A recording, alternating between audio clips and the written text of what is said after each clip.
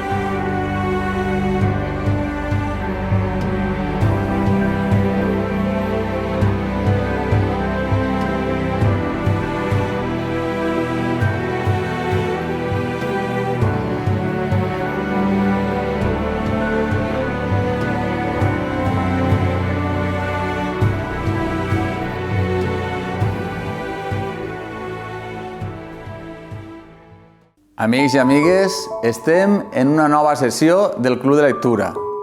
Entrem a la sessió dedicada al llibre 1707 de Juan Ramón Barach. Esperem que vos hagi agradat aquesta representació escènica. La veritat és que ens ha tocat llegir molt de llibre, no sols eixe, sinó més, per a intentar fer justícia a un llibre. És molt complicat fer justícia a un personatge com Joan Batista Basset. Però bé, no vull parlar-ne més perquè la veritat és que ens hem emocionat molt tots entenent una miqueta més este personatge i entenent tot el que Barach ha escrit d'ell, que jo penso que és apassionant. Així que comencem el nostre viatge de cada mes i, com sempre, començarem viatjant. I vull deixar-vos amb la nostra estimada Maria i ella farà un viatge imaginari cap a Alboraya. Alboraya és la localitat natal del nostre personatge, de Basset, i pense que en aquest viatge a una localitat tan propera a la nostra entendrem una miqueta millor què passà en aquell temps que Basset va néixer a Alboraya. Vinga, acompanyeu-me. Bona vesprada, amigues i amics. Avui viatjarem a un lloc molt pròxim, a Alboraya. Segur que heu estat allí alguna vegada. La primera parada serà l'ermita dels Peixets. Va ser construïda per a commemorar aquest miracle. Se situa en la desembocadura del barranc del Carraixet, en el seu marge dret. L'edifici actual és d'estil neogòtic, amb la façana dividida en 3 cossos, finestrals ogivals i teulada de 2 aiguavessos. En el costat dret es pot observar un panell ceràmic amb l'al·lusió al miracle. Després passarem pel Pont del Moro. El Pont del Moro és un pont romànic de pedra de carreu, sense baranes, que en origen salvava la sequia de vera entre la Patacona i la Malvarrosa, a València. Des de la dècada de 1990 està situat en el Passeig d'Aragó, a causa del cobriment d'aquesta sequia. Té 5 metres d'amplària i són clarament visibles les rodades dels carruatges. No podem visitar Alboraya sense visitar la Casa Comte de Zanoguera. La Casa Comte de Zanoguera és una casa senyorial ubicada en la plaça de la Constitució, número 16, en el nucli antic de la població. El seu primer propietari va ser Gilberto de Zanoguera i va ser un personatge important per a la història d'aquest poble d'Alboraya. L'actual casa data del segle XVIII i des de la seva última restauració s'utilitza per albergar exposicions i actes públics.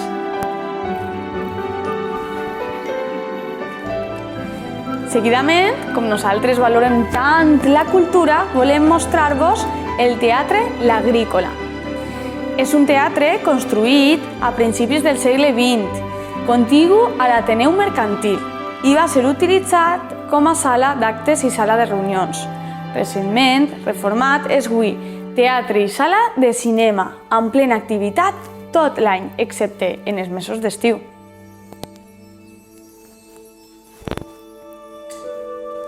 Per últim, finalitzarem la nostra visita a l'Horta. Les barraques són un referent arquitectònic en les hortes valencianes. Les podem trobar ací, en l'Horta d'Alboraya. Actualment, les barraques han deixat de ser l'habitatge habitual per a transformar-se en casetes de camp i oci. Els seus habitants les construïen de manera artesanal, amb els materials que podien extraure de la mateixa terra. Vivien en la primera planta, que al seu torn també era l'estable i l'utilitzaven la part superior o andana com a magatzem. La seva característica i pronunciada coberta de 2 vessants i rematada amb encreuaments es recobria de bova, planta estreta del barranc del Carraixet. Les parets es pintaven de blanc amb els baixos blaus. Una parra cobria d'ombra l'entrada principal, en la qual normalment hi havia un pou per extraure aigua i un banc de pedra. Les parets es construïen amb unes ratxoles anomenades gassons, fabricats a mà amb fang i palla. I fins així la nostra visita d'avui.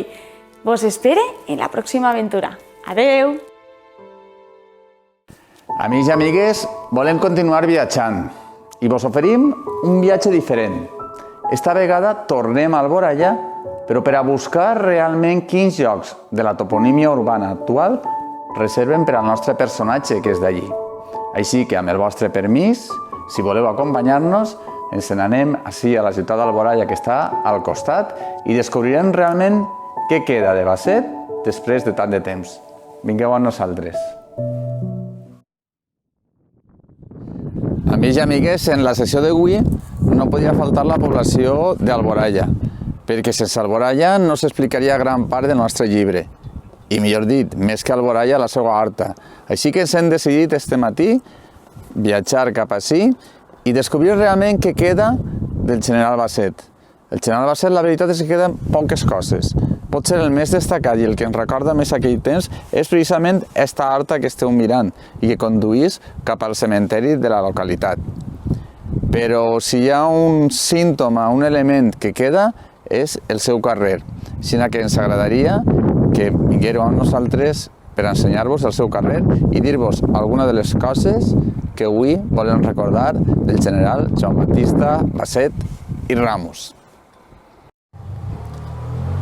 Estem ja en el carrer de Joan Baptista Basset. És un carrer modern al costat del cementeri i pot ser del poquet que ens recorda d'este personatge històric que va néixer, segons sembla, cap a l'any 1664. Recordem que era fill de Joan Basset, que era un artesà imaginer, i d'Esperanza Ramos, i que, segons diu la tradició, va estar batejat en la parròquia de Sant Andreu.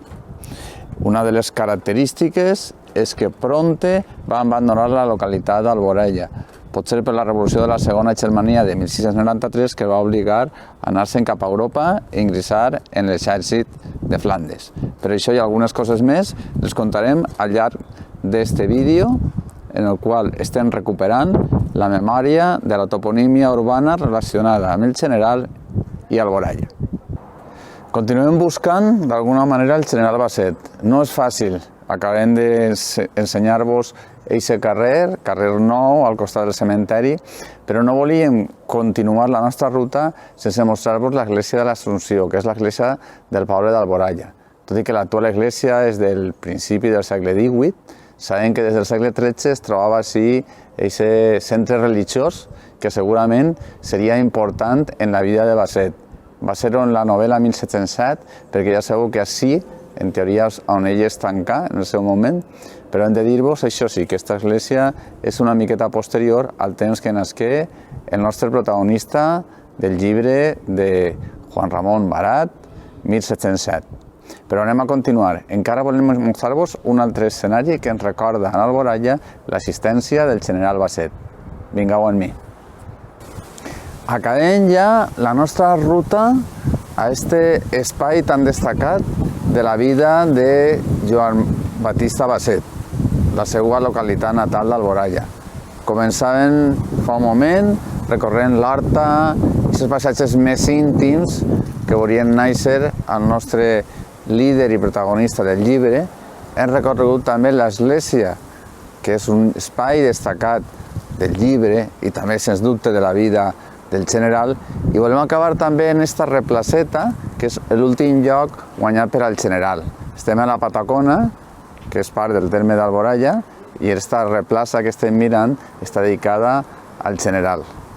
Jo crec que és un bon espai perquè mirant aquest horitzó i mirant esta mar que tenim així al costat, pensarem en aquest viatge que des d'Alboraya el general Basset va llançar cap a terres estrangeres, des d'on es va formar i va acabar ingressant una altra vegada en el seu regne de València per a participar en el que va ser la guerra de successió i sobretot en la defensa de l'arxiduc Carles.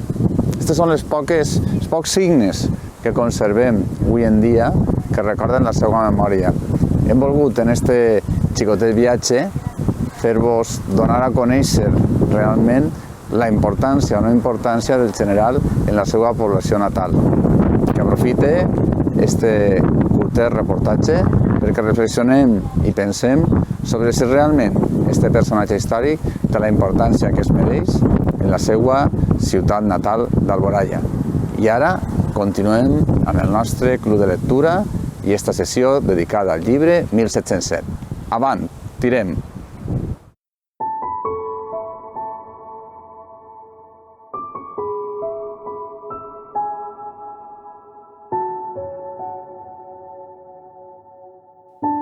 No sé què vos haurà paregut este estrany viatge a la toponímia urbana d'Alboraya.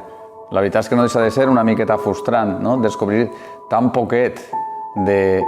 poquetes pistes del nostre personatge en una ciutat com Alboraya, en la qual va néixer ell. Però bé, deixem de viatjar i ara volem contar coses. Volem contar a la nostra estimada Helena què va passar realment en la Guerra de Successió, aquest episodi tan destacat del llibre de 1707.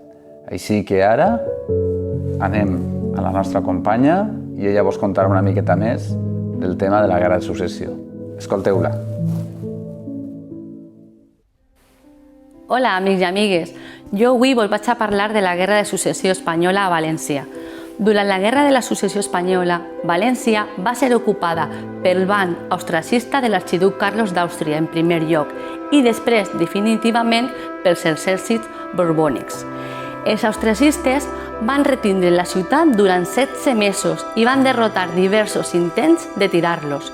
Després de la victòria borbònica en la batalla d'Almansa el 25 d'abril de 1707, l'exèrcit anglès va abandonar la comarca i la ciutat de València, deixant-la a la seva sort. Joan Baptista Basset va ser el líder de l'exèrcit austracista. Ell va aconseguir incitar al poble perquè es recolzaren, oferint llevar els impostos i distints avantatges. Tot això després va ser ignorant per l'Àustria i Basset va acabar en la presó. Després de la victòria de les tropes de Felip V, com a castig, van prendre represàlies contra tota la població, saquejant ciutats i la població del Regne de València, eliminant tots els seus privilegis o furs. Exactament igual que abans havien fet els austracistes en altres poblacions, com a Morella, Sagunt, Finestrat, Segorbe, etc., que no els van recolzar. Va ser a València on l'exèrcit austracista va trobar les portes obertes i va entrar sense oposició, de tal manera que no va patir com altres poblacions. Vos dice, continuem. No sé si ara ja entendreu una miqueta millor el que va suposar la Guerra de Successió. La veritat és que és molt complicat entendre-ho bé, tot i que Helena s'ho va explicar la mar de bé.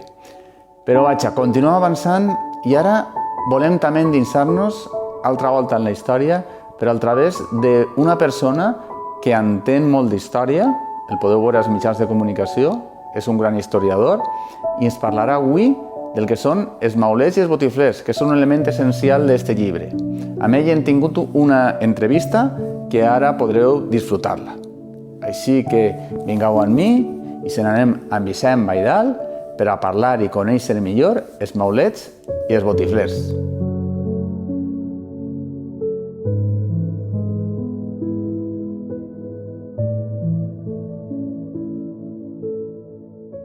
Amigues i amigues, continuem en la sessió del Club de Lectura d'esta vesprada dedicada al llibre 1707 de José Ramón. I avui tenim entre nosaltres a un historiador, a una persona molt vinculada als mitjans de comunicació que ha fet llum a la història en els mitjans de comunicació a través de les seues diverses intervencions. És també escriptor de molts llibres històrics, alguns d'ells de molta repercussió, i és cronista de la ciutat de València.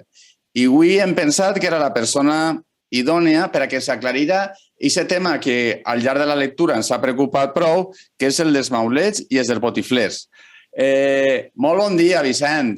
Hola, bon dia. Gràcies per estar així esta vesprada. Primera pregunta. Realment, quines foren els maulets? Tots hem escoltat aquesta paraula, però d'on naixen els maulets? Els maulets van ser la gent, el moviment que va donar suport a l'arxiduc Carles d'Àustria en el context de la guerra de successió de la monarquia hispànica que va tindre lloc a principis del segle XVIII, entre 1702 i 1714. I la paraula maulet probablement provinga del mot maula, que vol dir engany, enginy, una miqueta pel tarannà astut dels gats que maulen, doncs d'ahir vindria la paraula maulet. I en aquest sentit van ser eixos que van donar suport a l'arxiduc Carles d'Àustria en aquella guerra. Els maulets pertanyien a qualsevol extracte social o eren persones d'un determinat estatut social? Durant molt de temps s'ha dit que els maulets eren fonamentalment llauradors, perquè també va ser la imatge que van voler donar en aquell moment els seus enemics, com que eren gent de classe baixa. Però s'ha de dir que entre els llauradors del Regne de València hi ha un suport clar al moviment maulet, a l'austriacisme, però que hi hagué gent de totes les classes, és a dir, en les ciutats, els artesans, els mercaders, molts dels regidors municipals que hi havia en les localitats valencianes i també alguns, encara que no foren majoria, nobles, i l'Església majoritàriament també va donar suport al moviment maulet. Molt bé. L'únic objectiu que tenien era que regnara l'arxiduc Carles o tenien alguns altres objectius, alguns altres ideals? En la divisió entre uns i altres, perquè l'altre candidat, que ja era rei d'Espanya, era Felip V de Borbó, que era rei d'Espanya des de 1700, però en 1702 Carles d'Àustria es va postular com a nou rei de València, de la Corona d'Aragó i també de la monarquia hispànica. Diguem que hi havia determinades causes per a donar favor a uns o altres. Per exemple, els maulets i els austriacistes, diguem que estaven en pugna amb els francesos. Felip V de Borbó era directament francès i llavors, tant a nivell mercantil, perquè els comerciants francesos, diguem que dominaven el mercat valencià, com a nivell de guerres. Durant molt de temps hi havia hagut moltes invasions de francesos a la Corona d'Aragó. Doncs hi havia, diguem, que una pugna amb els francesos i, per tant, una aliança amb els austríacs, però també amb els anglesos, que eren els seus aliats. També hi havia una arrel que en França era el paradigma de l'absolutisme en aquells moments en Europa. Llavors, Felip V de Borbó, diguem que la seva tendència també era a uniformitzar, a ser més absolutista. I, en canvi, l'arxiduc Carles d'Àustria, diguem que hi havia un respecte més gran per les llibertats pròpies, en aquest cas, de la Corona d'Aragó i del Regne de València. També en aquest intervencionisme francès, de caire francès, per exemple, Felip V de Borbó tendia més a intervindre en l'Església que no els austríacs. Per tant, també per això en l'Església hi hagué molt de suport a l'arxiduc Carles. En definitiva, hi havia molts elements en joc i el que es va veure clar en el moment en què els maulets van perdre el control del Regne de València en 1707, després de la seva revolta, és que precisament Felip V de Borbó va aprofitar això per a eliminar els furs del Regne de València i acabar amb les llibertats històriques del territori valencià. Va ser un moviment anònim o va tindre alguns líders o algunes persones que encapçalaren esta...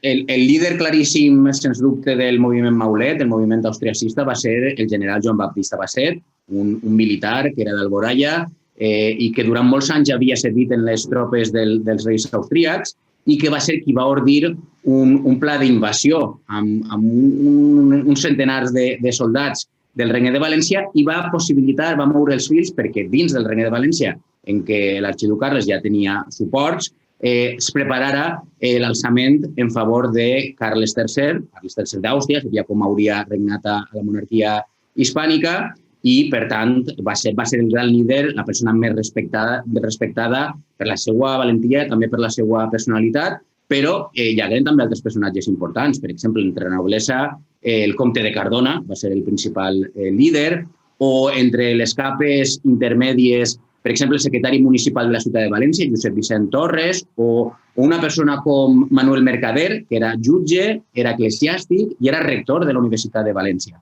i que també va ser molt actiu en el servici a la causa dels maulets i a la causa austriacista.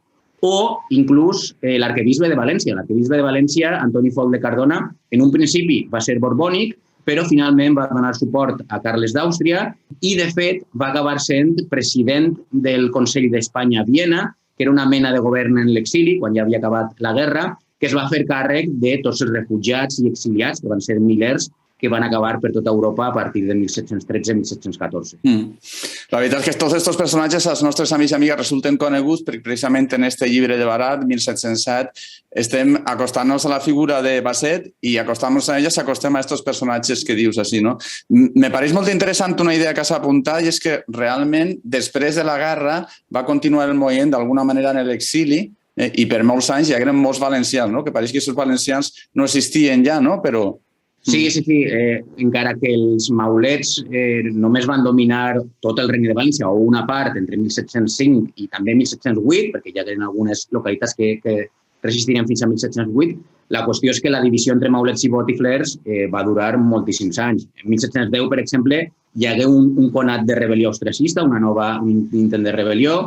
Oficialment, la guerra a nivell europeu va acabar en 1713, amb el Tractat d'Utrecht, a la península Ibèrica en 1714, amb la caiguda de Barcelona, i això va provocar un exili d'uns quants milers de valencians. Fins a potser un 1% de la població valenciana es va exiliar i fins a 1725, que hi ha un nou tractat a Viena, no es va permetre el retorn d'aquestes persones al territori valencià.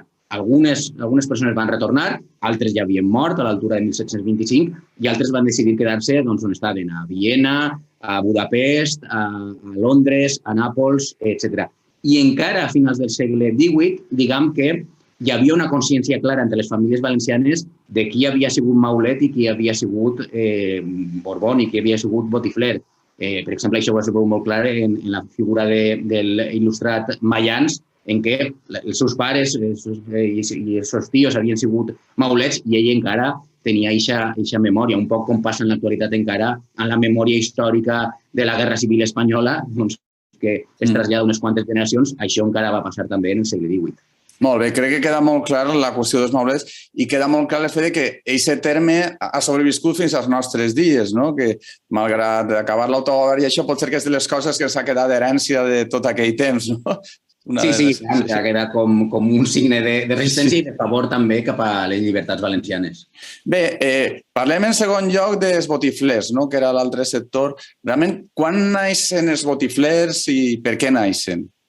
Els botiflers, en realitat, que és una paraula que segurament ve de botinflar, de botinflat, és a dir, una persona amb les galtes molt grosses, en aquest sentit, en aquest cas, per ser arrogant, perquè està a favor de l'autoritat establida, diguem que naix per oposició als maulets. El moment en què els maulets, 1705, doncs, fan el seu alçament per a controlar el Regne de València i les institucions valencianes es mostren favorables a l'arxiduc Carles, doncs tots aquells que són partidaris de Felip V de Borbó, que era el rei que hi havia en aquells moments a la monarquia hispànica, doncs passen a ser considerats botiflers. En alguns llocs, en algunes localitats, es van fer forts, en algunes localitats valencianes, però la majoria d'elles, diguem que van ser expulsats o apartats i al llarg de la guerra o estigueren fora del Regne de València o estigueren fent una miqueta de quinta columna, per dir-ho d'alguna manera. I, evidentment, després van ser els que van acabar vencent la guerra, però al mateix temps, en acabar la guerra, ells també es van sentir derrotats perquè, com Felip V de Borbó va decidir eliminar els furs de València, per a ells això també era un càstig, perquè en realitat van perdre molt més, tot i que guanyar la guerra van acabar perdent políticament. És la clàssica situació valenciana, no? Enfrontar-nos entre nosaltres i al final no guanyem ni uns ni altres, no? Això té molta història, no? Sí. Hi ha algunes comarques o alguns espais determinats on els botiflers van ser més forts? En general, el Regne de València es va mostrar partidari a l'arxiduc Carles, va ser part del moviment maulet, de Vinaròs fins a Oriola, passant per les grans ciutats, per Castelló, per Vila-real, per Llíria, per València, Cullera, Gandia, Xàtiva, Alcoi, Alacant, totes les grans ciutats, diguem, que van ser austriacistes. Però sí que hi hagué determinades localitats que es van mantindre fidels a Felip V de Borbó durant tota la guerra. Per exemple, Peníscola, que era una plaça forta, Onda, en la Plana va destacar Onda, Vilamarxant també es va mantenir fidel als Borbons, Sagunt també va ser una ciutat sí que va ser important, o més cap al sud, Guardamar, Xixona, Algemesí també, que van ser ciutats que durant la guerra van fer tasques d'hostigar als austriacistes i que després de la guerra van rebre normalment molts beneficis i molts honors per haver sigut fidels a Felip V de Borbó. Però, com dic, en general, València, el Regne de València va ser un país d'austriacistes, amb algunes excepcions. Molt bé, jo crec que queda molt clar.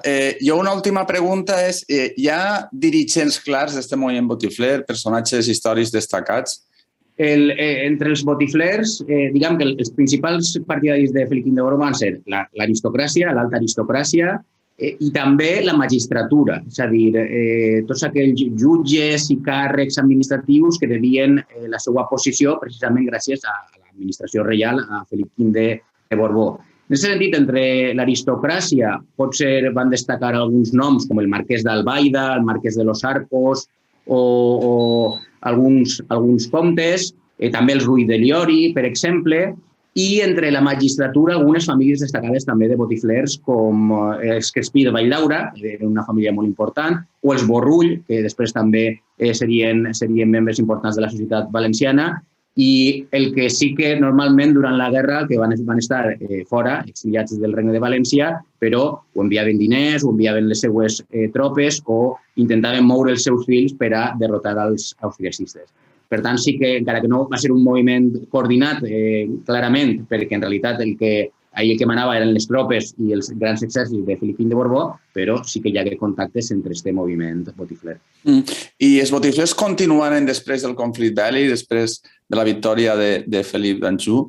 En realitat, com deia, van ser els vencedors, però vençuts d'alguna manera, però sí que en bona part van rebre recompenses i van rebre càrrecs en la nova administració, però al mateix temps es van veure desplaçats per una administració quasi colonial. És a dir, així quan es reorganitza tot el sistema polític i jurídic del Regne de València, que deixa d'existir com a tal en 1707, el que veuen és que els principals càrrecs els ocuparan castellans, andalusos, murcians, etc. I diguem que els valencians sí que tindran una participació, i sobretot seran botiflers, però tindran una participació, diguem que, en les capes baixes. Ja no seran els que manaran com feien abans en el segle XVII, sinó que veuran com venen de fora per ocupar aquests càrrecs de poder. I els que havien sigut maulers, diguem que també els faran la vida impossible. Mayans és un cas clar també perquè li van fer la vida impossible i ell va haver de retirar-se a Oliva per a poder fer les seues tasques des d'allí sense cap suport institucional. Molt bé, jo penso que ha quedat molt clar, has definit claríssimament els maulers i els botiflers.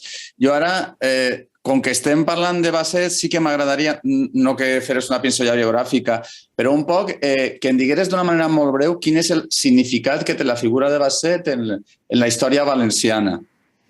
Bé, jo crec que Basset és com el gran valent, el que s'atreveix a trencar l'ordre establit, que això és una cosa que moltes vegades ens ha costat moltíssim als valencians. Sempre hem anat a remolc dels altres o amb por d'incomodar. En aquest cas, Basset va ser qui, en realitat, l'arxiduc Carles d'Àustria estava preparant la revolta dels catalans, havia reunit amb autoritats catalanes, amb la gent que li donava suport, i va ser Basset, sense que l'arxiduc Carles prevera res, qui li va dir: escolta, en València també volem donar-te suport, també estem a favor de les nostres pròpies llibertats col·lectives. Tu deixa'm fer a mi i nosaltres, per nosaltres mateixos, podrem revoltar-nos i podrem prendre el control del regne. L'arxiduc Carles li va dir que sí i ho va aconseguir realment. I, de fet, després, la mateixa por de les tropes austriacistes, dels mateixos comandaments militars austriacistes, que veien en Basset un líder massa popular, que potser podia reformar el sistema en contra de les classes altes, va ser el que en bona part va fer perdre també el control del Regne de València. Per tant, jo crec que Basset, doncs, això representa el gran la persona que té les idees clares i que creu, a més, en els valencians i fa el pas de dir nosaltres podem fer el que és millor per als nostres propis interessos. Se li ha fet justícia històricament en la història, els historiadors, historiadores? La veritat és que és un dels grans personatges valencians, és a dir, sí que si pensem en personatges valencians, doncs pensarem en Jaume I, en Violant d'Hongria, però pensarem també en Basset. Per tant, sí que d'alguna manera s'ha recuperat la seva figura i que, a més, va tindre un final tràgic. Va acabar morint a Castella després de moltíssims anys en la presó i almenys sí que s'hi han dedicat novel·les, biografies, etc. Potser podria tindre encara més un reconeixement públic, sobretot a nivell institucional, però almenys pels canals populars i pels canals historiogràfics sí que ha tingut un cert reconeixement. Molt bé. Doncs moltíssimes gràcies, Vicent, per tirar-nos un cable. Així, esta sessió del Club de Lectura són persones que no són historiadores i que necessitaven que alguna persona com tu, tan il·lustrada, es parlara esta vesprada. Així que moltíssimes gràcies. Continuem el nostre Club de Lectura i gràcies per haver participat esta vesprada.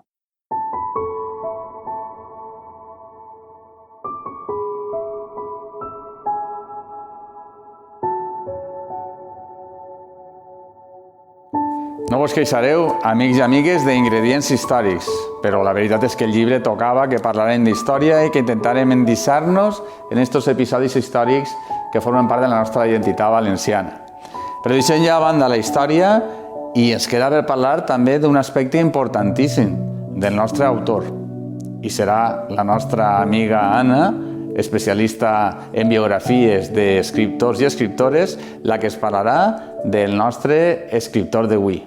Així que continueu acompanyant-me, que ara el viatge és a conèixer el nostre autor d'avui. Vingueu amb mi. Bona vesprada. Avui vos vaig a parlar, com no, de l'autor. A ell li diuen, com sabreu, Juan Ramón Barat Dolz. Va néixer el 7 d'agost de 1959, ací, al costat, en Borbotó. És un escriptor que cultiva diversos gèneres literaris, tant per a públic adult com infantil i juvenil, en els quals ha obtingut nombrosos premis i reconeixements. Els trets comuns de l'obra de Juan Ramón Barat, perceptibles en tots els gèneres que cultiva, són la claretat estilística i el classicisme estructural, elements que l'autor conjumina amb crear un univers literari personal inserit en la contemporaneitat. La seva poesia destaca per la combinació de recursos clàssics, discurs existencial, memòria i lucidesa. Les seues obres per adults, tant en narrativa com en teatre, es desenvolupen principalment en contextos històrics o mítics, acuradament documentats i tractats amb rigor. En les obres per a xiquets s'aprecia el coneixement adquirit en la seva professió docent, ja que conjuguen l'entreteniment i la didàctica. La seva literatura per a joves constitueix uns dels referents actuals del gènere i el personatge que Daniel Villena, protagonista de 5 de les seues novel·les, és un dels preferits de molts adolescents espanyols. Ha obtingut diversos guardons literaris amb el gènere de la poesia, un Premi Internacional de Novel·la, Ciutat de Salamanca, en el 2013 per la novel·la Infiernos de Neón, i un Premi H a la millor novel·la juvenil espanyola 2013 Deja en paz a los muertos.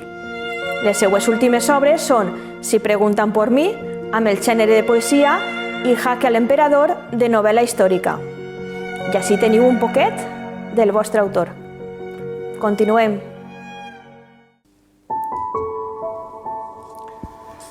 Amics i amigues, ara sí que ho tenim tot. Ja hem parlat de molts ingredients històrics, ja sabem la vida i la trajectòria del nostre escriptor del mes i ara toca la part més important, retrobar-nos amb ell en este episodi, en este capítol de cada sessió dedicat a la tertúlia literària. Així que ara pugem dalt a la biblioteca i allí ens estarà esperant el nostre escriptor. Vingueu amb mi i no tardem.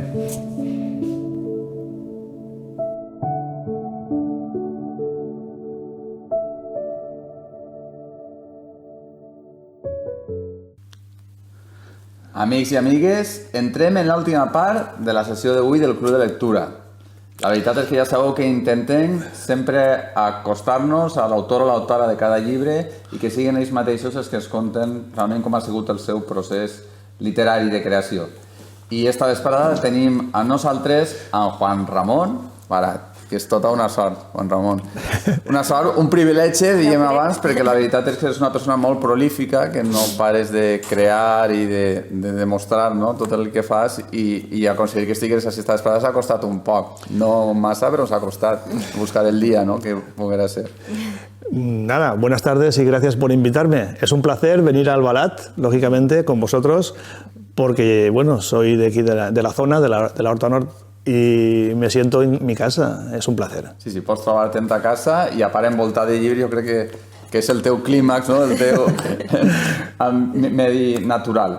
Bé, estàvem comentant precisament que eres una persona molt inquieta, una persona que no para de fer coses, i m'agradaria, abans que entrarem a comentar este llibre, un poc que comentares com entrares tu en el món de la literatura.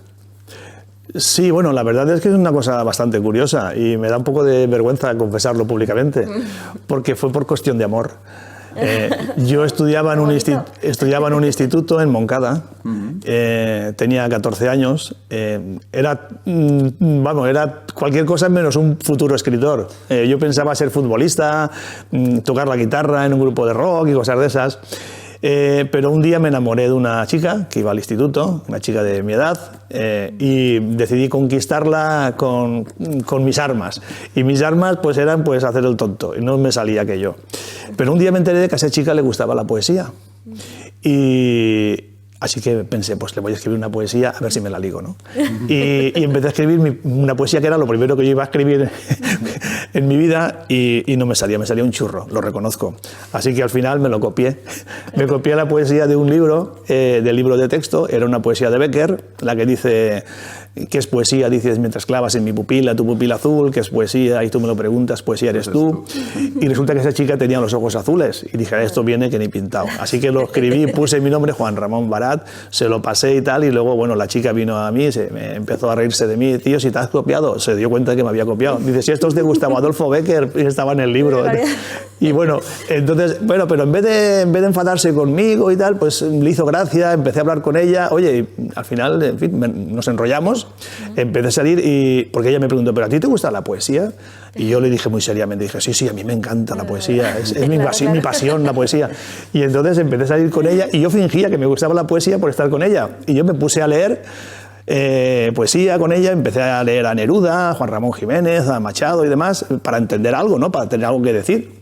Y así pasé un año con ella, vamos, leí más poesía ese año, al final acabé aficionándome. No solo acabé aficionándome, sino que además un buen día empecé a escribir imitando a Becker, imitando a Machado, y se me daba bien.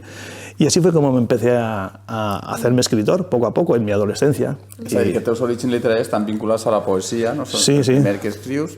A banda de que tu podries haver sigut futbolista, perquè la veritat és que sí que has tingut vinculació amb el futbol, no? I t'ha agradat molt el futbol. Sí. Podries haver sigut actor, perquè també has fet, ¿no?, algun paper secundari, ¿no?, en alguna película, ¿no? Sí, mira, yo jugué 10 temporadas en la cantera del Valencia. Yo entré en la cantera del Valencia y estuve ahí hasta que una lesión me apartó del fútbol con 21 años. Jugué en el campo de Mestalla 3 temporadas.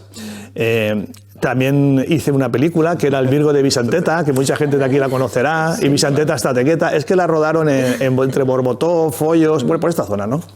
Salí ahí, bueno, podría haber sido cualquier otra cosa, ¿no? Y mira, al final pues terminé escribiendo libros. En el món de la literatura y comenzares publicant en versos, ¿no? Poesía, sí. ¿no? Yo empecé con la poesía, como he dicho, yo lo mío era la poesía, empecé a escribir poesía. Además, luego, un día aprendí a tocar guitarra. Yo tenía 16 años o así.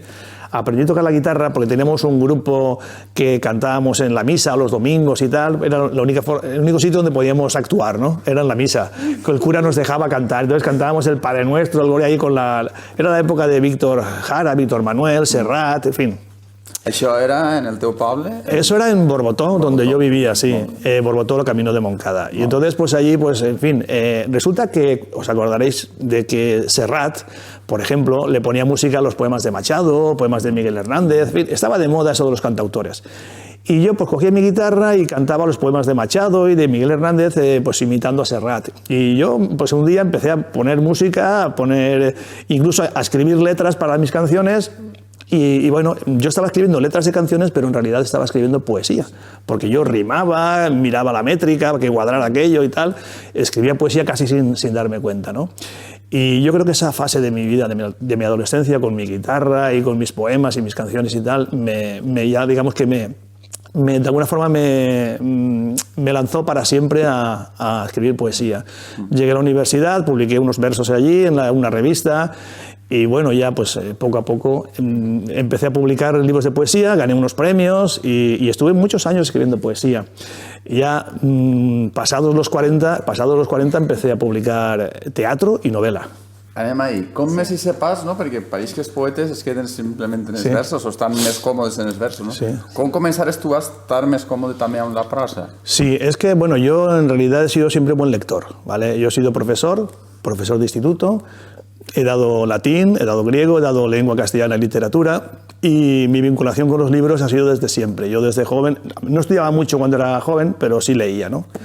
Y a mí me ha gustado siempre la prosa también. Me gustaba leer novelas, poesía, de todo, ¿no? Y aunque yo estaba publicando poesía en mis años 20, incluso a principios de los 30 años, yo siempre pensaba que alguna vez tendría que escribir alguna novela y tenía como esa asignatura pendiente porque me gusta la prosa, ¿no? Y escribía cositas en prosa, pero no las publicaba. Yo he tenido siempre la suerte de ser bastante cuidadoso y no tener prisas en publicar, porque muchas cosas que escribe cuando uno es joven, mejor que no las publique, ¿no? Porque es la época de formación. Entonces yo estaba escribiendo prosa, pero no publicaba. Y bueno, había escrito bastante y tenía los cajones llenos de cosas en prosa sin publicar, aunque yo seguía publicando poesía, que era lo mío, ¿no? Hasta que un día, pues un editor me habló de escribir una novela, que era esta precisamente, esta novela que tenemos aquí, que nos ha congregado hoy, que fue mi primera novela. Y me dijo, oye, ¿tú no escribirías una novela y tal y cual, porque tú escribes bien, no sé qué, no sé cuántos? Y bueno, y empecé a pensármelo y así salió esta novela, que ahora si queréis hablaremos cómo salió exactamente, que fue esta la primera novela. Y luego ya después de esta vinieron otras muchas. Molt bé, per tant, anem avançant molt ràpid perquè com Anna ens ha explicat anteriorment en l'altre documental que he fet en la sessió, que hem parlat de la biografia del nostre autor, heu vist que és una biografia interminable, incansable, interminable. Per tant, ara anem una miqueta ràpid, però jo voldria, ja l'últim pas que ens queda és com passes de la prosa a la prosa històrica o a inquietar-te, no, pel tema històric, perquè no sempre t'has inquietat pel tema històric, ¿no? Sí, exacto. Bueno, esta fue mi primera novela, ¿no? Esto fue así, mira, yo, como he dicho, estaba publicando poesía, ya escribía algo de teatrito, sobre todo teatro infantil y demás, para colegios y eso, y un día un editor que había en Valencia, bueno, que el hombre vive, pero ya está jubilado, se llama Marcos Zacarés y dirigía la editorial Carena, con el que yo había publicado alguna cosita de poesía para niños y tal. Un día almorzando me dice, oye, tú escribes bien, dice, ¿tú no escribirías una novela, que yo tengo una ilusión de que se publique esa novela, yo te la publicaría, yo me voy a jubilar dentro de 3 o 4 años, pero yo antes de jubilarme quiero que alguien haga esa novela? Y digo, ¿qué novela es? Dice, pues es sobre la batalla de Almansa. Este editor es muy valenciano, muy eso. Y dice, sobre la batalla de Almansa, que yo creo que esa novela yo te la publico y tal y cual. Y yo, que tenía nociones muy vagas de la batalla de Almansa, pues dije, bueno, déjame que me lo piense y te contesto en 2 o 3 días. Y me fui a casa y me puse a investigar sobre la batalla de Almansa. Y la batalla de Almansa ocurrió el 25 de abril de este año, de 1707. Pero me di cuenta de que la batalla de Almansa era una batalla dentro de una gran guerra, que era la guerra de sucesión, que es la guerra que da paso de Austrias a Borbones, ¿no? Aquí en España. También está lo de Xàtiva y hay otras muchas cosas, ¿no? Entonces yo dije, bueno, yo voy a hacer, digo, la verdad es que, bueno, pues la verdad es bastante interesante. Y sobre todo cuando descubrí a Basset, al protagonista, a Juan Bautista Basset, porque claro, yo estaba buscando algún protagonista, digo, a ver quién, ¿no? Y resulta que doy con Juan Bautista Basset, que es el gran héroe de esta época, y resulta que Basset es de Alboraya, de la huerta de Alboraya. Nada más y nada menos que mi madre es de la huerta de Alboraya, del Clot de Vera, al lado de la ermita de Vera.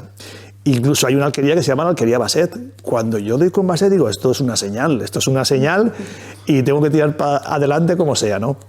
Así que llamé a Zacarías, digo, vamos a almorzar mañana y hablamos del proyecto. Hablamos, digo, mira, Zacarías, digo, yo escribo la novela, pero no voy a hablar de la batalla de Almansa, voy a hablar de la guerra de sucesión.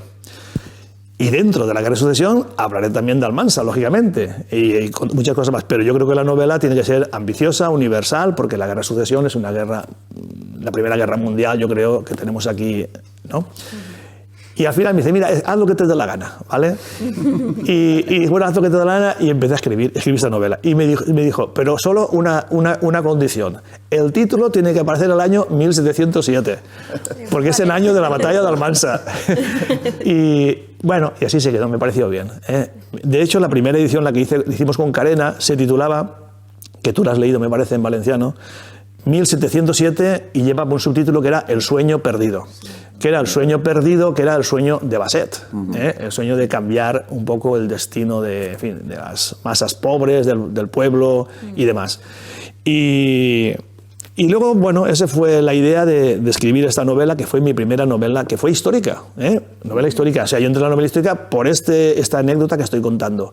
Después de esto publiqué una pequeña novela, una biografía novelada de Jaime I, que titulamos Jaime I, el rey templario, también con Carena. Y luego ya escribí otras cosas que no tienen que ver con la novela histórica. Escribí una novela sobre tráfico de mujeres, que se llama Infierno de Neón, y por eso me dieron el premio Ciudad de Salamanca. Ciudad de Salamanca, que es una novela que está, a mí, yo creo que esa novela está bastante bien. Bueno, no me hubieran dado ese premio, claro. Y luego empecé a publicar novelas juveniles, porque surgió la posibilidad de escribir novelas para chavales que están en la ESO, en instituto, con 14, 15 años, ¿no? Y como yo era profesor de instituto, yo sabía lo que les gustaba a los jóvenes, porque yo tenía mis alumnos. Y yo sabía que les gustaba el misterio, el suspense, pasar un poco de miedo, aventura, acción, todo eso. Y bueno, entonces empecé a escribir, y escribí una novela que se llamaba Deja en paz a los muertos, que esa, si queréis, hablamos otro día, cuando queráis, que fue mi primera novela juvenil y que también me dieron un premio por ella. Así que nada, pues, así que en resumen, que escribo de todo. Sí, la variació. Amics i amigues, com vos estaven dient, és difícil pillar a esta persona perquè tant d'escriure i de presentar tant de llibre, la veritat és que li queda molt poc de temps. Sí. Anem a centrar-se ja en el llibre perquè tenim la tentació de continuar parlant d'ell de moltes coses que val la pena fer-ho, però anem a centrar-se en este llibre. Realment el que es crida ja l'atenció és que entrem, sobretot al lector i a la lectora, que entrem en un personatge que en Sagrada no és desconegut del tot, és a dir, és que tenim informació d'historiadors, sí, que ens apareix una pinzellada, però que tampoc deixa de ser una pinzellada i molt més, però realment sobre esta persona humana, sobre el somni que es diu... El somni perdut, sí. Està molt poc aventurat i tractat, no? Anem a entrar primer en el que és l'estructura del llibre. Ens agrada parlar amb els autors si realment teniu alguna estructura predeterminada quan escriviu un llibre, concretament este, o el llibre va sorgint i després el tanques. Quines idees predeterminades tenies tu quan...? Sí. Bueno, en la novela histórica, en este caso concreto, ¿vale? No hay mucho margen de maniobra. Es decir, la historia es la que es y tú no puedes engañar al lector, lógicamente. Tú no puedes decir que la guerra civil la ganó la República, ¿no? La ganó Franco. Entonces, hay poco margen, ¿no? Lo que yo hice en este caso fue hacer un pequeño esquema, un pequeño guión.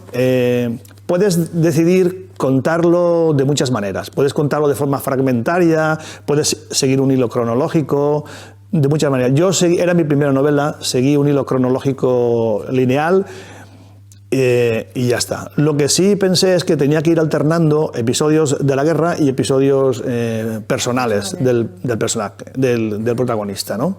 Es decir, hay secuencias o capítulos donde estás hablando de la guerra, el curso de la guerra, y hay otras secuencias o capítulos en los que vemos al Basset humano, ¿no? Con su familia, con sus amores, desamores, su mujer, hijos, no sé qué, amigos, etcétera, ¿no? Y sus tribulaciones como cualquier ser humano. Y esa combinación yo creo que era suficiente para seducir al lector, ¿no es eso? Porque al final el lector se ve seducido si se ve reflejado en los personajes, ¿no? Que sufren, aman, igual que cualquier ser humano, ¿no? Bien, entonces en esa estructura inicial yo tenía claro esa alternancia, ese contrapunto entre lo bélico y lo más humano, más intimista. Y bueno, pensé que tenía que arrancar de los últimos años del reinado de Carlos II, es decir, la guerra de sucesión, esta comienza cuando muere Carlos II, que era el último rey de los Austrias, ¿no? La noche de Todos los Santos, el 1 de noviembre de 1700. Pero claro, hacía falta algo así como una especie de preámbulo, de pórtico, de presentación, ¿no? de arranque, para que el lector se sitúe en la historia y sepa por qué de la guerra, ¿no? Los últimos años de Carlos II, por tanto, forman ahí, pues no sé, los 3-4 capítulos iniciales. Un lector asiste a, pues, en fin, cómo se va degradando la monarquía de los Austrias, se va degradando, aquello acaba siendo un espacio de corrupción, en fin, nada nuevo bajo el sol, ¿no? Un espacio de corrupción y de degeneración y de, etcétera, y de intrigas, sí, como ahora, por ejemplo, ¿no? Y cómo después de eso, pues a la muerte de Carlos II, ¿por qué? Porque las intrigas que acaban provocando la guerra europea, ¿vale? Porque es una guerra no española, sino europea. Aquí interviene Portugal, Inglaterra, Alemania, Suecia, Dinamarca, todo el mundo, ¿no? Francia, por supuesto, Italia, todo el mundo. ¿Por qué? Porque todo el mundo se pone manos a la obra para poner un rey aquí en España y luego, pues, es decir, arrancamos con los últimos años de Carlos II, estoy diciendo, el porqué de las intrigas en los dos bandos, por qué empieza la guerra, quiénes son los contendientes, y luego el desarrollo de la guerra, lógicamente, y el final de la guerra, ¿no? Y luego hay un epílogo que ya cuenta un poco lo que pasó después y las consecuencias que tuvo la guerra y demás. Por tanto, es una novela de tipo lineal, cronológica. ¿Y tú la tenías estructurada en nombre de capítulos, por ejemplo, el final? ¿Tenías claro el final? No, la verdad es que no. La verdad es que empecé a escribir sin saber si me iba a salir una novela de 300 páginas, de 400 o de 500. Pero es verdad que estaba escribiendo y estaba muy a gusto escribiendo esta novela. Cuando, bueno, hablando con el editor, ya el editor me dijo que no pase, si puede ser que no pase de 300 páginas, ¿vale? Por cuestiones editoriales, ¿no? Que era Zacarés, Marcos Zacarés. Sí. Así que pues empecé a comprimir y deseché muchas cosas que tenía en mente y lo simplifiqué a 300 páginas. A veces también los escritores, y más yo en aquella época que estaba empezando, que también, pues claro, bastante que un editor te diga, cuando estás empezando, oye, te voy a publicar una novela, que para mí eso ya era mucho. Si te dice, oye, pues 300 páginas, de ahí no pases y tal, por cuestiones comerciales, etcétera, etcétera. Pues bueno, ya está.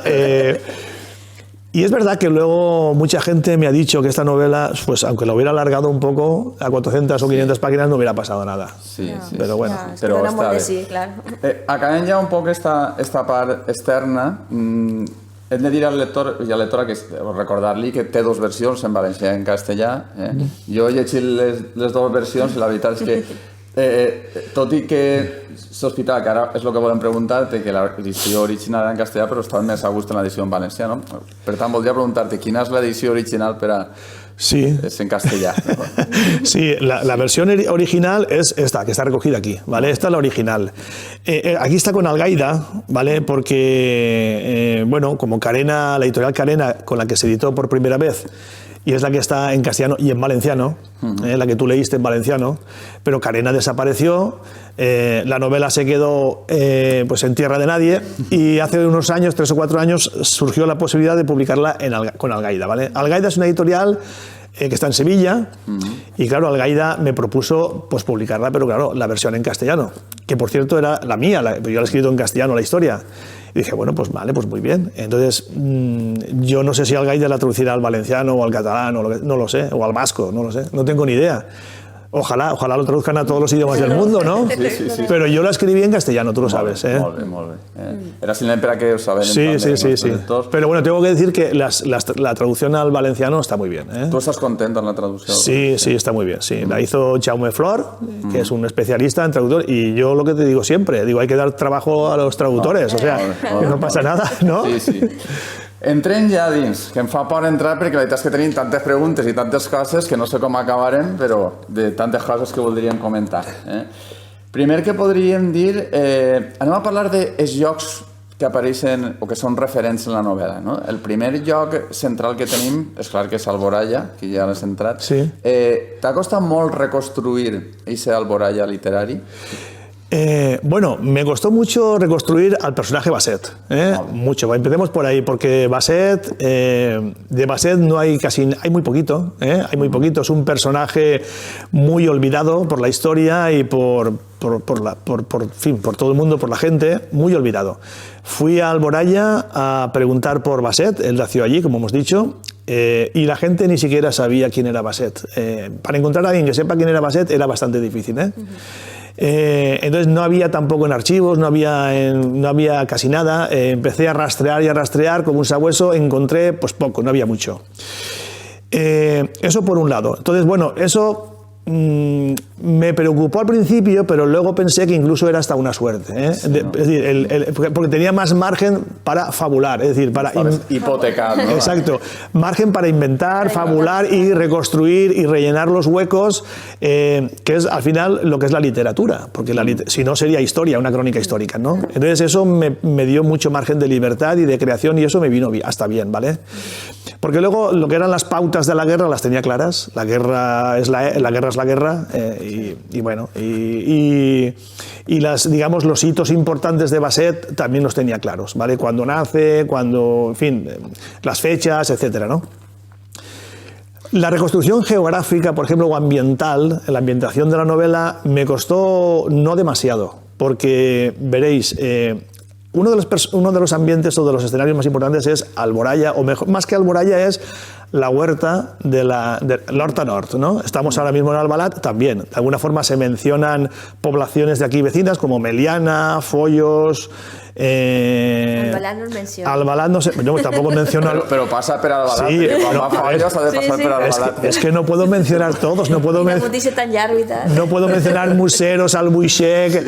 Sí, però Follos sí que la replegues. Follos, Meliana, Follos, Almácera salen, pero bueno, da igual porque al final es la huerta, es lo que es, y yo me he criado en una familia de campesinos aquí de Borbotó y mi madre era de la huerta de Alboraya. Yo recuerdo cuando yo era niño que yo iba a la huerta de Alboraya allí. Tu has fet de tot, no? Sí. Gallines, a les vaques, no? Yo he ordeñado vacas, he criado gallinas, todo. Y la huerta, yo me he criado en la huerta. En la huerta de Borbotó, la huerta de Alboraya y la huerta que es la que tenemos aquí. Un té la sensació, quan agafa el llibre, que realment no apareix Alboraya, sinó que apareix part de l'autor. Jo, sense conèixer la biografia íntima de l'autor, té la sensació de que Alboraya és alguna cosa més. És a dir, y tú estás diciendo, ¿no? Sí, es que, a ver, ya te digo, mi madre vivía en una alquería el Clot de Vera, y el Clot de Vera está en la ermita de Vera, eso es el Camí de Fondo, el Camí Farinós, en fin, es la huerta yendo a la Malvarrosa, la Patacona, hay una alquería, entonces ahí yo me crié de niño, yo iba a la huerta a trabajar, mis padres tenían los campos de la parte de mis abuelos, en la alquería, en fin. Esa es la huerta que yo he conocido de niño, donde he trabajado de niño, como muchos de mi edad. Y es una huerta a la que, claro, yo le tengo un cariño especial, lógicamente, ¿no? Entonces, cuando yo tenía que describir la huerta de Basset, 300 años atrás, digo, es la misma huerta, tiene que oler igual. Las acequias, los árboles, los frutales, las acequias que van cruzando los campos de chufas o los campos de cebollas. Y esa amalgama de olores, ese cromatismo, esa sensación de que tú formas parte de la huerta y demás, que algunos lo hemos experimentado, pues yo lo he querido trasladar. Yo creo que sí, en algunos momentos sí que se ve bastante bien trasladada. Sí, ¿no? perquè es nota que l'autor està posant part d'ell allí. Sí, ahí estoy yo. Sí. I de fet, sense Alboraya no s'entendria la part més íntima de la novel·la, no? I realment el que passa en la novel·la passa tot a Alboraya. Mira que passen coses universals que per la resta de la humanitat seran més importants que el que passa a Alboraya, però realment per a este llibre sense Alboraya no explicaríem ni el principi ni el final de res. Claro, y fíjate, por ejemplo, cuando describo la barraca donde vive la familia, vive en una barraca, la típica barraca de la huerta hace 300 años, y describo tantas alquerías y tantas barracas de la huerta. El típico, por ejemplo, la palmera, ahí, el pozo para sacar el agua con la garrucha, en la parra, o por ejemplo, arrimado a la barraca, pues está allí donde están las gallinas, los conejos, está el establo, donde tienen allí pues algún animal, el caballo para la huerta. el montón de arena o el montón de estiércol, que eso es tan típico de la huerta. Es decir, es una recreación de la huerta en toda regla. No, eso lo hemos vivido. Lo hemos vivido. Bé, continuem amb més llocs, que ens interessa sempre viatjar en este club de lectura. I hi ha una altra ciutat, que no en la mateixa dimensió, però que també crec que és destacada, que és Xàtiva. Xàtiva. Per què? Perquè, home, históricamente está claro qué pasa, no te inventas esto, pero ¿por qué te detienes tú ahí? Sí, me interesaba mucho sacar Xàtiva porque el tema de la historia de Xàtiva es terrible, es terrible. Yo sabía que los de Xàtiva los llamaban los socarrats, por ejemplo, ¿no? Pero no sabía por qué. Socarrats, los socarrats, digo, qué feo. Y lo supe cuando descubrí la historia de Xàtiva. Cuando yo estaba investigando para la novela, pues claro, tú vas viendo batallas por aquí, batallas por allá. Pero cuando descubrí de Xàtiva me quedé impactado, ¿no? Es que Xàtiva la pasaron a sangre y fuego, pero literalmente, o sea, es que no quedó ni el apuntador. O sea, es que le pegaron fuego hasta los cimientos. Y había episodios de Xàtiva que me ponían los pelos de punta y... Bueno, fíjate si la destruyeron, que le quitaron hasta el nombre. O sea, la que encerraron a la gente en una iglesia, no recuerdo si la iglesia de... No recuerdo el nombre de la iglesia ahora mismo. En Xàtiva, encerraron allí a la gente y les pegaron fuego con la iglesia cerrada y les pegaron fuego. Ahí acabaron con todos. Bueno, y no contentos con eso, le cambiaron el nombre de Xàtiva y le pusieron el nombre del rey, del Borbón. La colonia. San Felipe. Sí. Felipe V, ¿no? Felipe d'Anjou, San Felipe y tal. Y luego, mucho tiempo después, afortunadamente consiguieron recuperar el nombre. Bueno, ya se había muerto Felipe V, el Felipe d'Anjou. Y recuperaron el nombre de Xàtiva y tal, pero aquello fue horrible. Y luego la anécdota, todo el mundo sabe la anécdota del rey boca abajo que está allí. Porque en el Museo Histórico de Xàtiva, el Felipe V está boca abajo, ¿no? En recuerdo de todo aquello. Me pareció tan impactante todo esto, la historia de Xàtiva, que dije, yo voy a hablar también de lo de Almansa, por supuesto. Se habla de la batalla de Almansa, que es muy importante. Se ha hablado de Xàtiva y hay otros sitios también de los que se habla.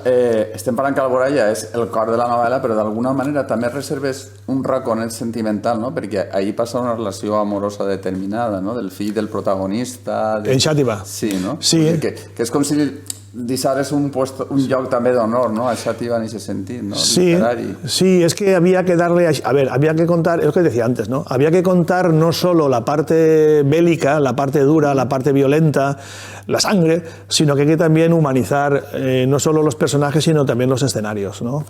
Los paisajes. Hay que humanizar el paisaje, la huerta. Yo cuando hablo de la huerta que decíamos antes, en realidad intento humanizarla, ¿no? Ver qué sentimientos provocan en ti el vivir en la huerta, y eso lo entendemos todos, que vivimos en la huerta. Cuando hablaba de Xàtiva pensaba lo mismo. Digo, es que si me limito a contar solamente cómo queman Xàtiva, no sé qué, está muy bien, pero le va a faltar la parte humana. Entonces, el padre Simón, personaje tan importante, esté en Xàtiva, el que Fidel Santa Cruz esté en Xàtiva, el Samaruc o Aurora, son personajes de Xàtiva, ¿no? Que te cuentan en primera persona, te cuentan lo que sufren, lo que viven, lo que les pasa, lo que les ha pasado, lo que les va a pasar, todo. Y bueno, cómo surgen los amores, las tristezas. Eso, de alguna forma, yo creo que eso acerca al lector también a la tragedia de Xàtiva, ¿no? Has tingut alguna vinculació amb la ciutat per a recrear el llibre, o tú a nivel personal? Bueno, no tengo ninguna vinculación personal. Estuve en Xàtiva también, estuve en Xàtiva varias veces, estuve hablando con gente como vosotros de la biblioteca, de los archivos y demás. Luego presentamos la novela allí, porque claro, yo era temeroso de meter la pata, ¿no? De contar cosas que eran mentira y eso, porque luego te pasan factura, ¿no? Si tú cuentas cosas que son mentira, luego te dicen, pajarito, ven aquí, ven aquí.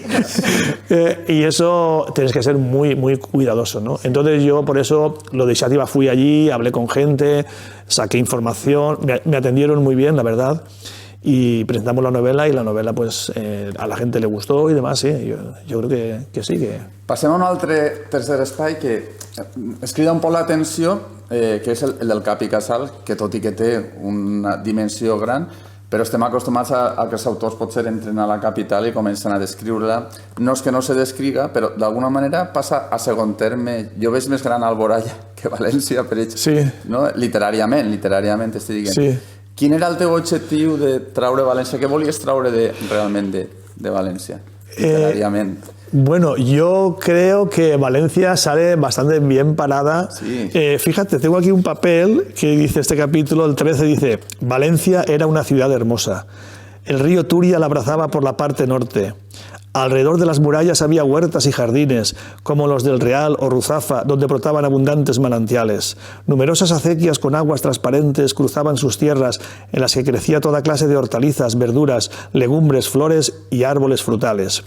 El interior de la ciudad estaba protegido por una recia muralla con una docena de puertas orientada hacia todos los puntos cardinales del reino. Es un ejemplo, es que lo tenía aquí casualmente. Es decir, que, a ver, yo Valencia se nota que quiero a Valencia, ¿no? No, sí. Entonces, sí, a ver, lo que passa... Hi ha autors que, per exemple, entren a València i se desmesuren, saps? Sí, I tu, sense no prestar-li atenció, perquè hi ha molts detalls de la ciutat que comentes, no? Però pareix que ha soltat per un altre, ¿no? Bueno, no sé, a lo mejor no sé. Igual es una apreciación tuya personal, no sé, Ana, lo que puede decir. Sí. Pero yo creo que Valencia también aparece bien retratada. A lo mejor no sale demasiado retratada, porque también contar la guerra de sucesión en 300 páginas tampoco a lo mejor es que da más espacio, ¿no? Si hubiera tenido a lo mejor 500 páginas, pues me hubiera recreado más en determinados...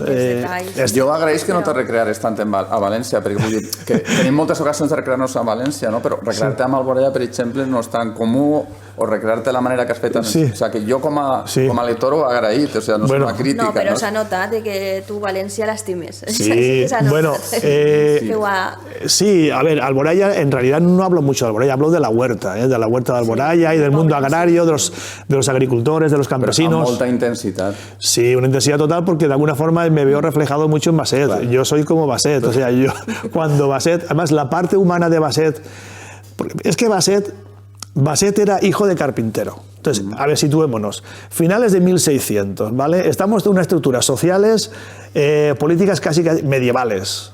Ahí está arriba está la aristocracia, la nobleza, la iglesia, el alto clero, y luego el populacho, que no tiene derecho a nada, no hace nada más que pagar impuestos, trabajar tierras que no son suyas y vivir como animales.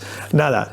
Claro, Basset es hijo de carpintero, es hijo de un menestral, o sea, de un don nadie, ¿no? Entonces, claro, cuando Basset empieza a subir en el escalafón militar, por sus méritos propios, lógicamente y tal, y él ve la posibilidad de cambiar la historia, de ayudar a su pueblo, a la gente con la que él se siente hermanado, ¿no? Pues labradores, su familia son labradores, carpinteros, son zapateros. Cuando él ve la posibilidad de cambiar la historia y ayudar a toda esa gente, él se lo cree. Además, es que se lo cree en serio. Yo lo he querido ver así. Sí. Porque es que es lo que yo hubiera hecho, lo mismo, ¿no? La posibilidad de hacer algo. Y además, por eso hablo de las germanías también, de la primera y la segunda germanía, que la germanía era una especie como de revolución del pueblo, con una especie de revolución francesa a la española, y sobre todo en la huerta valenciana, ¿no? De cambiar la historia, ¿no? Entonces yo, claro, todo eso yo me lo he creído. Yo creo que Basset de alguna manera sí que pensaba en todo eso. Y de hecho se explica, y no quiero contar nada aquí por si alguien que nos está oyendo no ha salido la novela, no quiero contar cómo eso va a tener consecuencias en la propia historia de Basset, vosotros lo sabéis, ¿no? Però bueno, lo dejamos aquí si quieres, o si quieres lo desarrollo un poco más, però... No, perquè anem a entrar ja en el tema dels personatges, que és un tema sempre central de les novel·les, no? Has esmentat un personatge, que és un personatge relacionat amb l'Església, no? En aquest cas el rector d'Alboraya, que acaba en Xàtiva, Simón, no?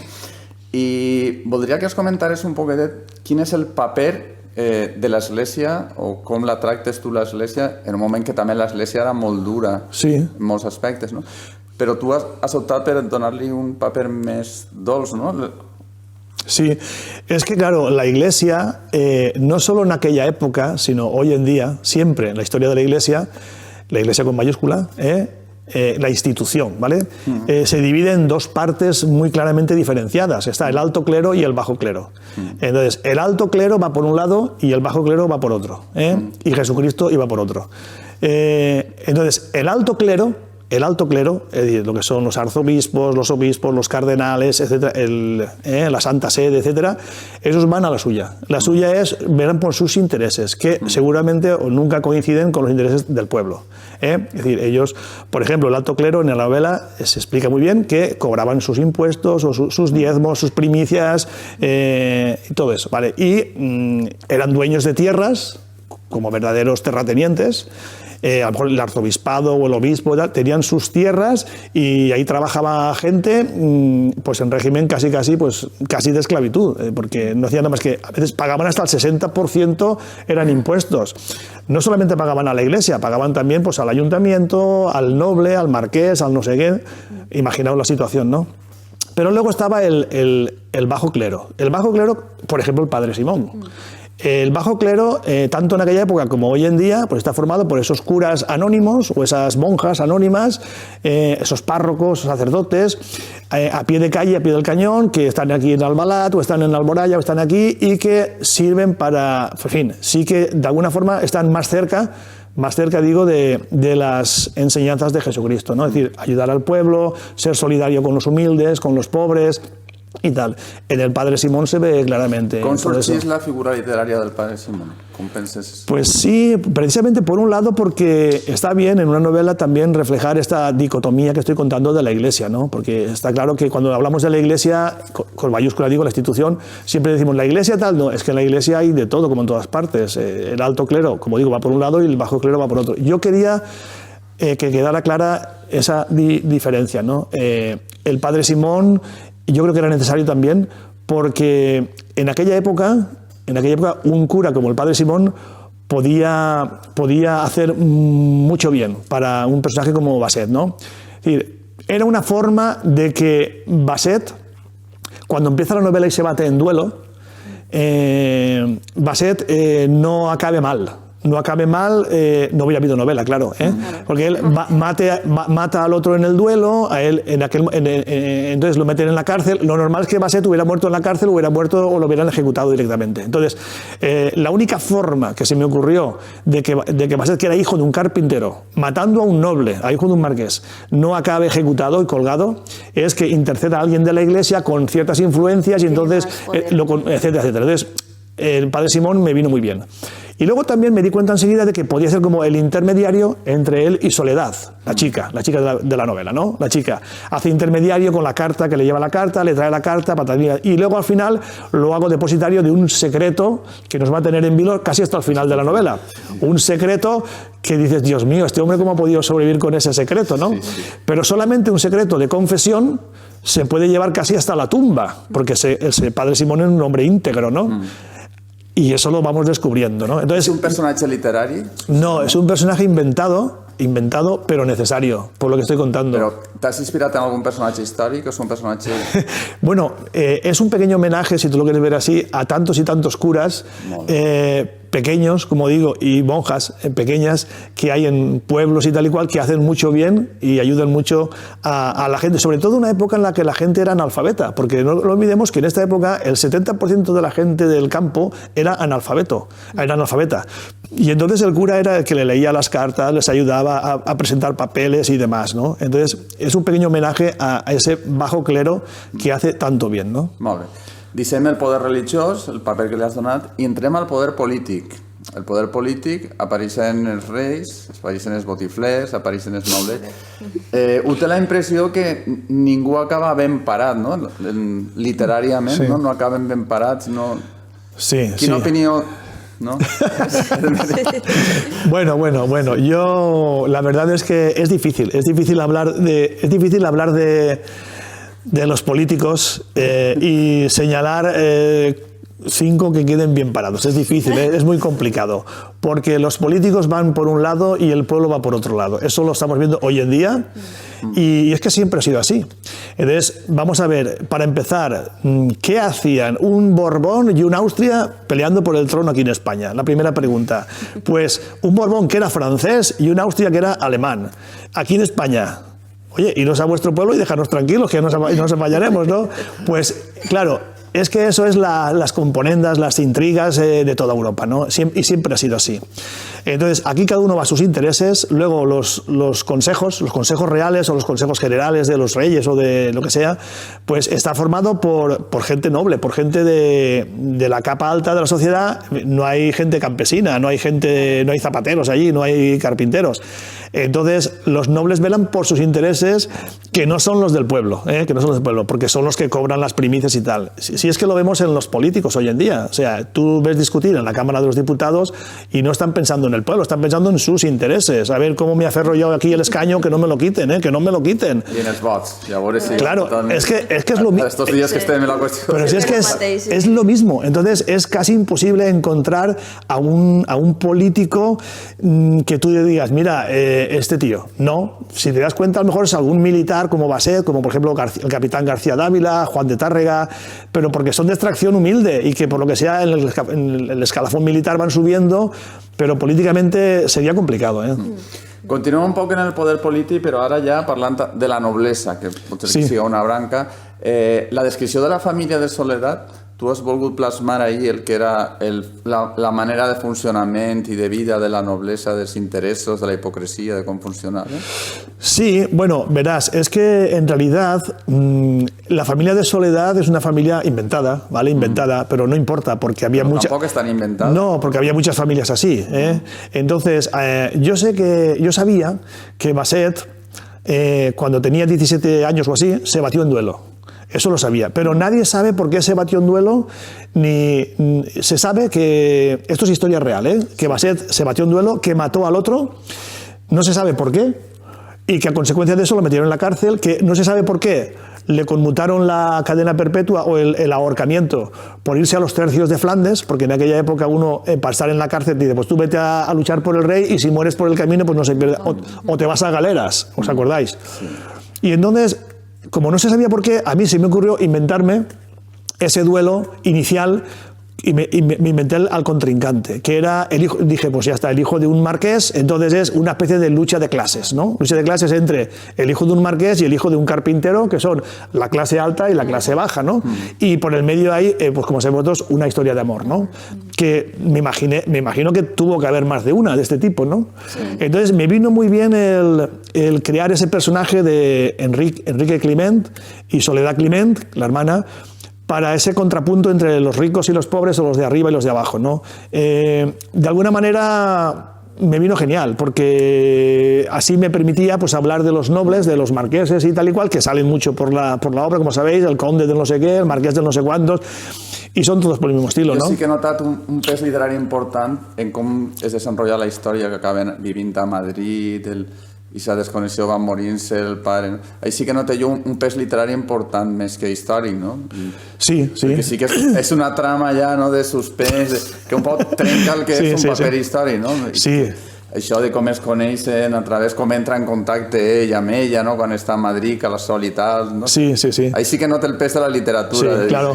Ya te he dicho antes que, claro, que hay muchas partes de la novela que he tenido que como que reconstruir, y me ha venido muy bien que esos huecos de Baset para yo echar mano del novelista, ¿no? Lo que se llama la fabulación. Fabular es inventar. Quitarle una invención. Claro, entonces el personaje de Soledad me ha venido muy bien para ir fabulando. Cuando Soledad desaparece, no sé qué, luego están en Madrid, están en Toledo, y no, a lo mejor no soy más explícito por si alguno no se lo ha leído para no desvelar mucho. Pero es verdad que el personaje de Soledad, el personaje de Fidel, por ejemplo, la familia Climent, pues eso es lo que hacía falta para darle ¿no?, fuerza a la novela. Tenim ja aquesta reconstrucció un poc social, els diferents grups, ens quedaria la part dels llauradors i tal, que un poquetet ja ho hem descrit, i ja com que estem acabant, m'agradaria que entrarem en un punt molt important, que són les relacions sentimentals o amoroses, no? Com les resols, ¿no?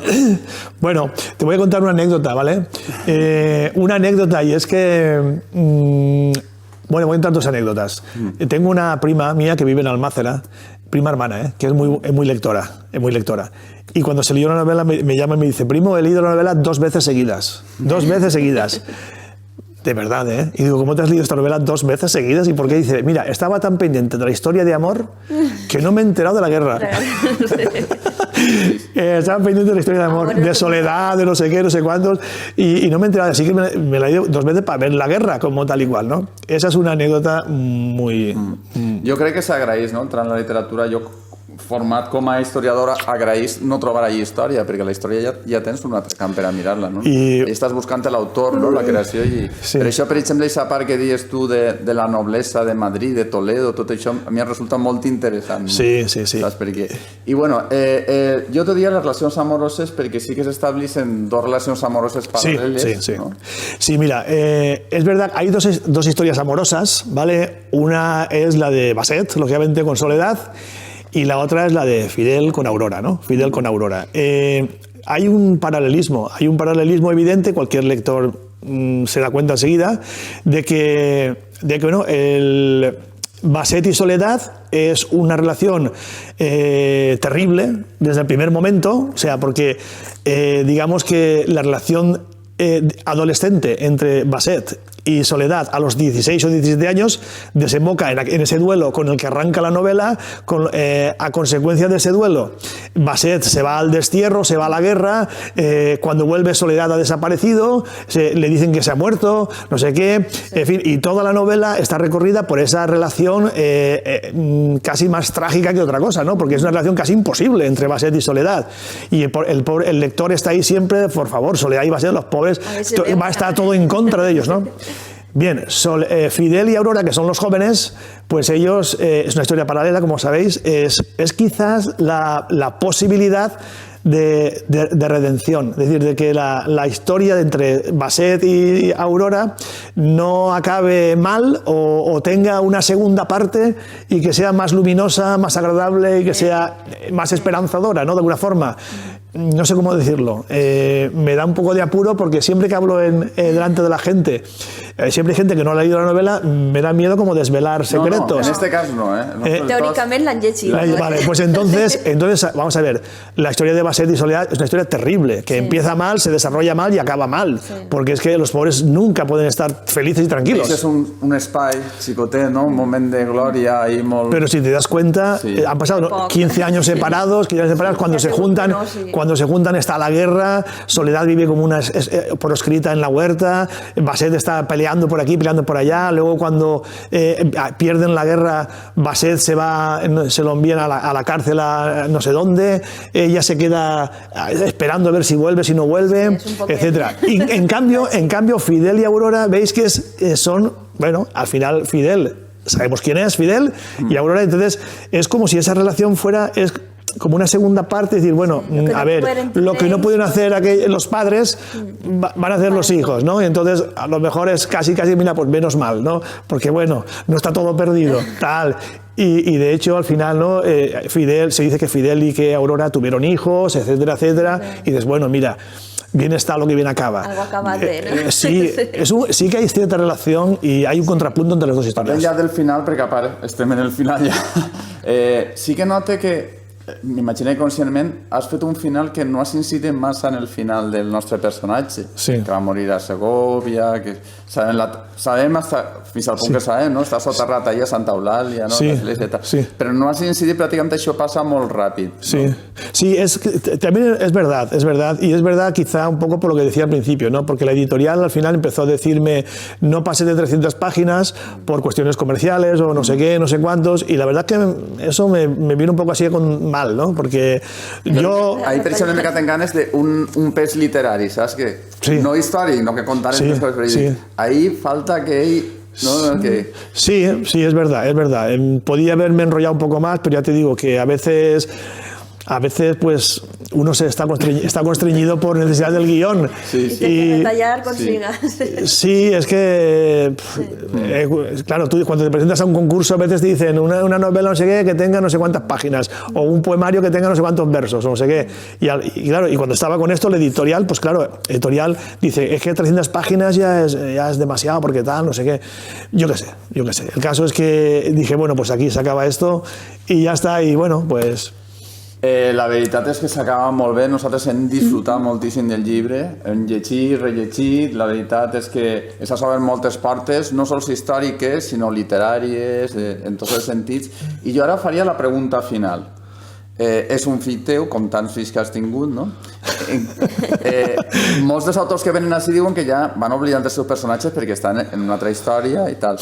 Però què quedaries tu d'este fill teu? ¿En qué te quedarías tú? Basset es inolvidable. Basset es inolvidable. Yo no sé lo que dicen otros autores. Yo estoy enamorado de Basset.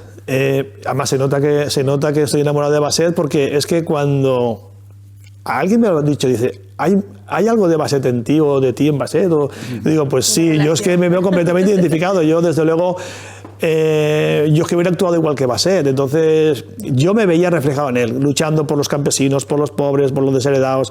Vamos, es un personaje inolvidable, del que yo me enamoré y del que sigo enamorado y del que moriré enamorado de él, porque es un personaje que no merece el olvido, merece el respeto, el cariño y la reivindicación. Y me gustaría que todo el mundo se leyera esta novela, no porque yo me haría más famoso y eso, que está muy bien, sino porque yo creo que Basset se lo merece Basset y se lo merece los ideales que él defendía, ¿no? Y me pasa igual con otros personajes, ¿eh? Me pasa igual con Romeo, el de Jaque al Emperador, o me pasa con... En fin, yo me enamoro de mis personajes y no los puedo olvidar. Ja, Molt bé. ideal. Acabem ja. Se'ns ha fet molt llarg. No, se'ns ha fet molt curt, vull dir. Se'ns ha fet massa curt. Es queden moltes preguntes. Després tenim una tertúlia en la qual podreu intervindre. Jo ja acabo donant-te les gràcies, com al principi hem començat, perquè ara entenem molt millor el llibre, sí. La veritat, l'estimem més, el llibre, i pot ser que després d'escoltar-te tornem a llegir-lo, no? I perquè sempre trobes en un llibre l'oportunitat de retrobar molts moments, no? Així que acabem així la sessió, acabem este mes també, i vos esperem, com sempre, el mes que ve, en una nova sessió del Club de Lectura. Adéu. Adéu. Hasta luego.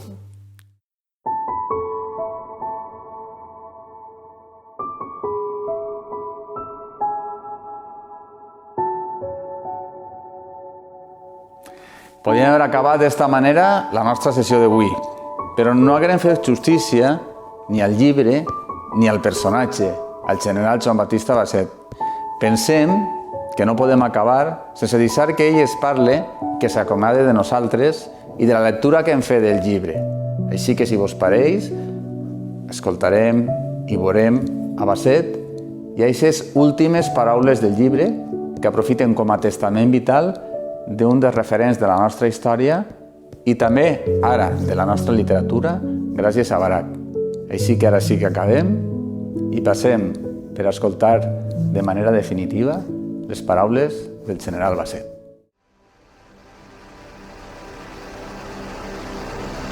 Basset fou ferit i capturat, junt a altres molts caps militars, valencians i catalans, als que el duc de Berwick humilià públicament. El mariscal va ordenar encadenar-los i emmanillar-los, i després els obligà a desfilar així davant Felip de Borbó, la reina i tota la cort. Després, manà que foren conduïts a peu fins al castell d'Ondarribia, a Guipúscoa, sense ser alliberats en cap moment de cadenes i grillets. Basset va morir sol, lluny de la seua terra i dels seus éssers més estimats. La seua derrota personal fou d'alguna manera la derrota de tot un poble. La Tsar va voler que arribara a ser general de tots els desheretats, però el destí fou injust amb ell i amb el seu somni de llibertat. La gent humil l'adorà perquè fa veure en ell el redemptor de totes les seues misèries. Potser les coses haurien d'haver succeït d'un altre mode, però eixa haguera sigut una altra història.